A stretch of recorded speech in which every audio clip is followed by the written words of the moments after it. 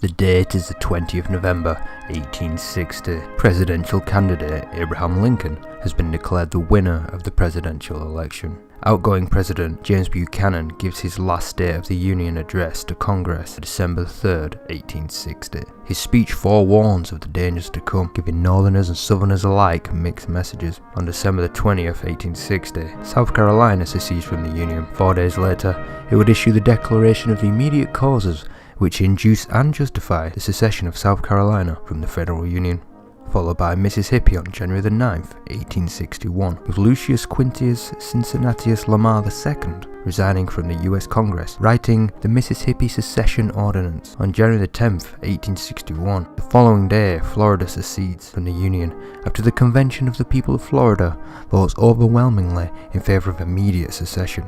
The Alabama People's Convention votes for the Ordinance of Secession, seceding the next day, January 11th, 1861. Just over a week later, Georgia would also secede, with the Georgia Secession Convention issuing an Ordinance of Secession on January 19th, 1861. On January 26, 1861, before the month is out, Louisiana votes to adopt the Ordinance of Secession, becoming the sixth state to secede. Due to the governor of Texas, Sam Houston, being a Southern Unionist, events in Texas were delayed, but on the 1st of February, 1861, Texas voted in favour of secession, while a referendum ratified the Ordinance of Secession on the 23rd of February. On the 8th of February, 1861, the Provisional Congress of the Confederate States of America drafted the Constitution for the Provisional Government of the Confederate States of America. By March 11th, 1861, this would be replaced by the Constitution of the Confederate States of America, and in effect by February the 22nd, 1862. On April 4th, 1861, Virginia rules in favour of staying in the Union. From the 12th to the 13th of April 1861, Confederate and Union forces bombarded one another for the sea fortress known as Fort Sumter. This starts the beginning of the Civil War.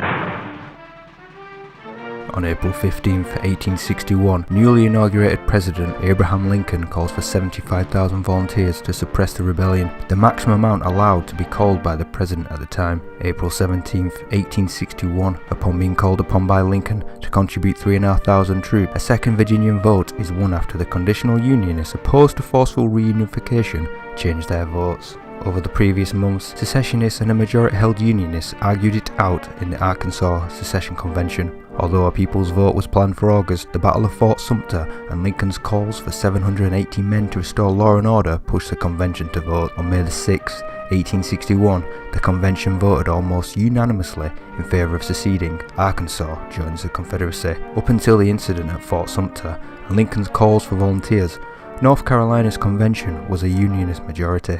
By the 20th of May 1861, North Carolina seceded from the Union, and on the 21st of May, President Jefferson Davis proclaimed them a Confederate state. The last of the states to secede from the Union and join the Confederacy was Tennessee. Like the previous last few, Tennessee initially was a majority Unionist state and with a vocal secessionist minority. This was until the Battle of Fort Sumter and Lincoln's calls for volunteers.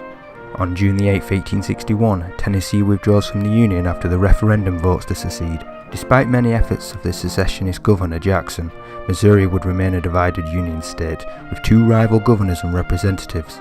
Although there were calls for secession amongst the populace of the Kentucky state, they would remain neutral in the early months of the crisis, slowly becoming more Unionist as the years went on.